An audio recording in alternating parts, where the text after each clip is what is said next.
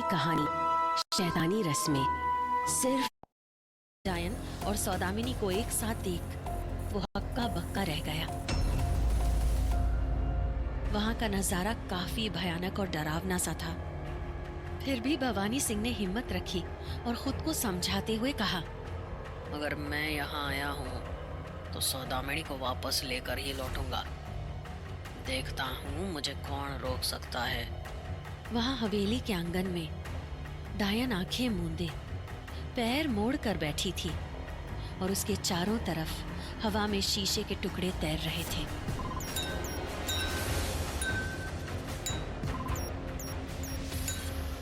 वो डायन कुछ मंत्र बड़बड़ा रही थी और जमीन पर बहुत सारा तांत्रिक विधि का सामान रखा हुआ था। सौदामिनी उसके सामने ही खड़ी थी और उसे ही देख रही थी। उसकी पीठ भवानी सिंह की तरफ थी। भवानी सिंह दबे पांव सौदामिनी की तरफ बढ़ा। वो उस तक पहुंचता कि अचानक हवा में तैर रहे शीशे के टुकड़े से काला धुआं निकलने लगा और वो धुआं हवा में छाने लगा। उससे अजीब सी दुर्गंध आ रही थी। भवानी सिंह हैरान होते हुए खुद से बोला, ये डायन यहाँ करना क्या चाह रही है और वो शीशे के साथ कर क्या रही है। वो कुछ समझ पाता उससे पहले ही शीशे के एक एक टुकड़े आपस में जुड़ने लगे। भवानी सिंह ने मन ही मन सोचा कि अगर वो वहां कुछ देर और रहा तो उसके लिए मुसीबत हो जाएगी। वो तेजी से सौदामिनी की तरफ बढ़ा। उसने सौदामिनी के पास पहुंचकर उसके कंधे को थपथपाया। सौदामिनी चौंकती हुई पीछे की तरफ मुड़ी और अगले ही पल बिना मौका गंवाए भवानी सिंह ने फुर्ती से सौदामिनी का मुंह बंद किया और उसके सिर पर वार कर उसे बेहोश कर दिया। फिर उसे कंधे पर उठाकर उस हवेली से बाहर निकल गया। उसने सौदामिनी को उसी तहखाने में बंद कर दिया जहां पहले पूजा की सामग्री रखी हुई थी। भवानी सिंह सुमित्रा के कमरे में पहुंचा। वो अभी तक जगी हुई थी। भवानी सिंह को देखते हुए सुमित्रा बोली, क्या हुआ? तुम्हें जो काम दिया था वो तुमने कर दिया? भवानी सिंह ने सिर हिलाते हुए कहा, जी रानी माँ, मैंने सौदामिनी को उस तहखाने में बंद कर दिया है। कहीं उसने डायन को कुछ बताया तो नहीं है ना? पता नहीं रानी माँ, मैं जब वहाँ पहुँचा तो सौदामिनी डायन के सामने खड़ी थी और डायन आंखें मूंदे कोई तांत्रिक विधि कर रही थी। सुमित्रा आश्चर्य करती हुई बोली, तांत्रिक विधि? हाँ रानी साहब, डायन के चारों तरफ हवा में शीशे के टुकड़े उड़ रहे थे और वो एक एक कर आपस में जुड़ते जा रहे थे। सुमित्रा एकदम से उठकर बैठ गई और बोली, एक और मुसीबत आने वाली है अब। अगर डायन का वो आईना वापस से जुड़ गया तो हम खतरे में पड़ जाएंगे। उसे पता चल जाएगा कि पीयूष और निकी माया डायन को जीवित करने गए हैं। हम कोई खतरा मोल नहीं ले सकते भवानी। भवानी सिंह बोला, मेरे लिए क्या आदेश है रानी माँ? सुमित्रा परेशान होती हुई बोली, मुझे समझ नहीं आ रहा है कि हम डायन के विरुद्ध क्या करें, लेकिन हमें किसी तरह उसे रोकना होगा। भवानी सिंह बोला, रानी साहब, छोटा मुंह बड़ी बात। मैं कुछ बोलूं? हाँ कहो।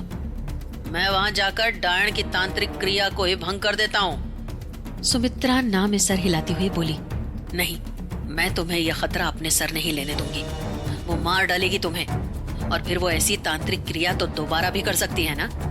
लेकिन तब तक देर हो चुकी होगी रानी माँ, और तब तक छोटे मालिक और बहुरानी माया डायन को जीवित कर चुके होंगे।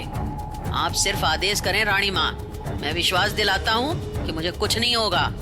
सुमित्रा ने ना में सिर हिला दिया और कुछ दूसरा उपाय सोचने लगी। तभी भवानी बोला, रानी माँ, हमारे पास समय कम है और यही एक रास्ता बचा है। मैं वहाँ जा रहा हूँ। सुमित्रा आदेश देती उससे पहले ही भवानी सिंह पुरानी हवेली की तरफ वापस चला गया। अगले दिन पीयूष और निकी को रेगिस्तान में मरुभूमि तक पहुंचते हुए दोपहर हो गई, जहां से उन्हें नारियल लेना था। वहां बहुत सारे नारियल के पेड़ थे और कुछ आदमी भी दिख रहे थे। शायद वो सभी पास के गांव के ही थे। उन्होंने उन आदमियों से ही नारियल लिए। अब उन्हें वहां से डायन के एक क्षेत्र में जाना था और उस भरी दोपहर में वहां जाना नामुमकिन सा था। इसलिए उन लोगों ने शाम तक वहीं आराम करना ठीक समझा। दोनों एक पेड़ के नीचे जीप पर ही बैठे रहे। पीयूष अपने फोन की तरफ देखता हुआ मन ही मन बोला, डैड का अब तक कॉल क्यों नहीं आया? उनके हाथ वो कागज लगा भी या नहीं? वो कुछ देर में अपने फोन को देखता और निकी उसकी तरफ। कुछ देर बाद वो पीयूष से बोली, क्या हुआ पीयूष, परेशान दिख रहे हो, कुछ हुआ है क्या? पीयूष हड़बड़ाते हुए बोला, नहीं तो मुझे क्या हुआ? नहीं, तुम बार बार मोबाइल की तरफ देख रहे हो इसलिए मैंने पूछा। पीयूष ने नजरें चुराते हुए कहा, हाँ बस समय देख रहा था, जल्दी बीत भी नहीं रहा है, हमें माया की कब्र को भी ढूंढना है। हाँ बस किसी तरह डायन को पता न चले। मैं तो अब भी नहीं समझ पा रही हूँ कि वो आईना कहाँ गायब हो गया। पीयूष बोला, डायन है वो, उसके लिए किसी भी चीज को गायब करना कोई बड़ी बात नहीं है। उसका वश चले तो आईने को जोड़ भी सकती है। पीयूष ने ये बात बस कही ही थी, लेकिन निकी हैरान होती हुई बोली, अरे हाँ, हमने तो इस बारे में सोचा ही नहीं था। क्या? यही डायन के आईना जोड़ने के बारे में। अगर उसने सच में आईने को जोड़ लिया होगा तो? नहीं, मुझे नहीं लगता कि अभी वो ऐसा कर रही होगी। अगर वो जोड़ लेती तो यहाँ हम पर कुछ ना कुछ असर दिखना शुरू हो जाता। लेकिन वे लोग इस बात से अनजान थे कि भवानी सिंह ने डायन के आईने को जोड़ने के मंसूबे पर पानी फेर दिया था। डायन आईने के सभी टुकड़े को आपस में जोड़ पाती, उससे पहले ही भवानी सिंह ने वहां पानी डाल दिया था और डायन की तांत्रिक क्रिया को भंग कर दिया था। भवानी के ऐसा करते ही डायन का जादू टूटा और हवा में तैर रहे शीशे के टुकड़े वापस जमीन पर गिर पड़े और कुछ और टुकड़ों में बंट गए।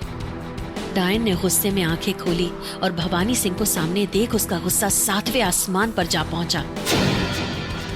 उसने तंत्र पढ़ा और अगले ही पल शीशे के सारे टुकड़े उड़कर भवानी सिंह के पूरे शरीर में जाकर धंस गए। भवानी दर्द से कर्रा उठा था, वो वहीं जमीन पर गिर पड़ा। डायन उसके नजदीक आई और उसकी आंखों में देखती हुई बोली, अब ये शीशे मालिक पूजन के बाद ही तुम्हारे शरीर से निकलेंगे, तब तक पड़े रहो इसी तरह। और इसके बाद वो इस हवेली से बाहर निकल गई। सुबह हो चुकी थी और सुमित्रा के कहने पर हवेली में मालिक पूजन की तैयारियां शुरू हो चुकी थी। लेकिन वो अभी भी उठ पाने में सक्षम नहीं थी, इसलिए बिस्तर पर ही लेटी हुई थी कि तभी राजा साहब उनके कमरे में आए। उनके हाथ में एक पत्र था। वो काफी गुस्से में दिख रहे थे। उन्होंने उस पत्र को सुमित्रा की तरफ फेंकते हुए कहा, क्या है ये? यहाँ चल क्या रहा है? सुमित्रा ने पत्र पढ़ा तो वो भी हैरान रह गई और बोली, मुझे नहीं पता था कि ये ऐसे पलट जाएगा। राजा साहब ने कड़क आवाज में कहा, क्या मतलब है तुम्हारा? मेरे नाक के नीचे ये सब हो रहा है और मुझे पता भी नहीं? करना क्या चाह रहे हो तुम लोग? सुमित्रा थोड़ी सहमी आवाज में बोली, राजा साहब, मैं आपको बताने ही वाली थी, लेकिन राजा साहब ने उनकी बात काटते हुए कहा, क्या बताने वाली थी आप मुझे कि आप मेरे पीठ पीछे गद्दारी करने वाली हैं? आपसे ऐसी उम्मीद नहीं थी सुमित्रा।